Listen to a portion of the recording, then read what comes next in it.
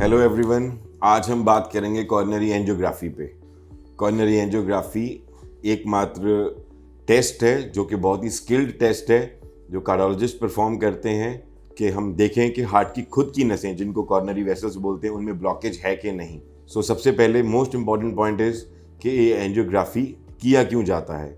ये इसलिए किया जाता है कि ताकि डायग्नोस किया जाए कि आपकी हार्ट की खुद की नसों में ब्लॉकेज तो नहीं है, अगर वो है तो वो किस हद तक बढ़ चुकी है कि उसको अकेली दवाइयाँ देनी है कि दवाई और स्टेंट कि दवाई और बाईपास की ज़रूरत है। सेकंड आता है कि ये टेस्ट किया कैसे जाता है। पहले जब ये टेस्ट करना स्टार्ट किया गया था आज से 30-35 साल पहले, तो इस टेस्ट को शुरुआत की गई थी कि ये टांग में जो एक मेजर वेसल है फेमोरल आर्टरी, उसके रास्ते हार्ट तक जाया जाता था।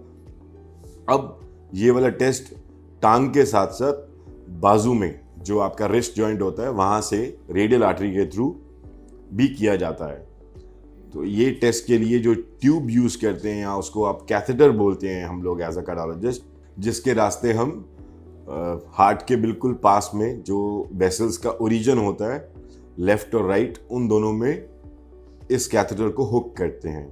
इस कैथेटर के रास्ते हम डाई को इंजेक्ट करते हैं जो हमें विजुलाइज करती है, जो हमें दिखाती है हार्ट की खुद की नसें, और अगर उनमें कुछ blockage that is also seen over there. इस टेस्ट को करने के टाइम पर क्या रिस्क और क्या बेनिफिट है।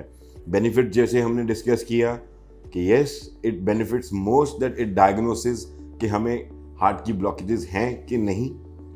सेकेंड नंबर पे अगर हम कोई सर्जरी करवाने लगे उससे पहले हमें हार्ट की मेजर सर्जरी है जैसे कि वॉल्व की या कोई कंजेनिटल डिफेक्ट है, बाय बर्थ कोई डिफेक्ट है हार्ट का, उसको ठीक करवाने के टाइम पर ये एंजियोग्राफी किया जाता है। रिस्क के अंदर 95 to 99% रिस्क नहीं होता है, लेकिन ये स्पेशलाइज्ड प्रोसीजर है। इसको कैथ लैब के अंदर ये एक तरह का ओटी होता है to explain normal public, but it is known as an cath lab.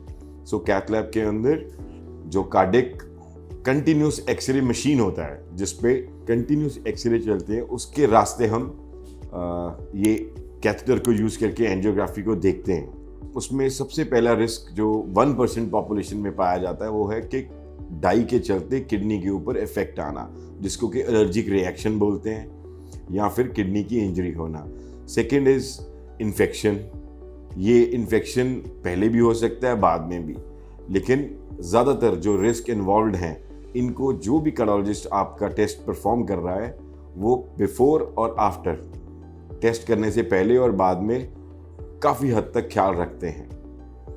To summarise, इसको अंत में मैं यही कहना चाहूँगा कि अगर आपको आपके कार्डियोलॉजिस्ट, आपको कोई भी लगता है कि आपको चेस्ट पेन है, आपको हद से ज़्यादा सांस फूल रहा है, आपको लग रहा है कि आपके ट्रीटमेंट लेने के, दवाइयाँ खाने के बावजूद भी आपका जो ट्रीटमेंट है वो आपको उतना अच्छा रिस्पॉन्स नहीं दे पा रहा है आपके सिम्टम्स रिलीफ में, काइंडली अपने कार्डियोलॉजिस्ट को मिलें, डिस्कस करें। अगर वो एडवाइस करते हैं angiography, get it done so that आपको जो ट्रीटमेंट रिक्वायर्ड है वो कंप्लीट हो। अगेन इन द एंड मैं विश करूँगा कि आप सब लोग सेहतमंद रहें। Wish you a very good health. Thank you.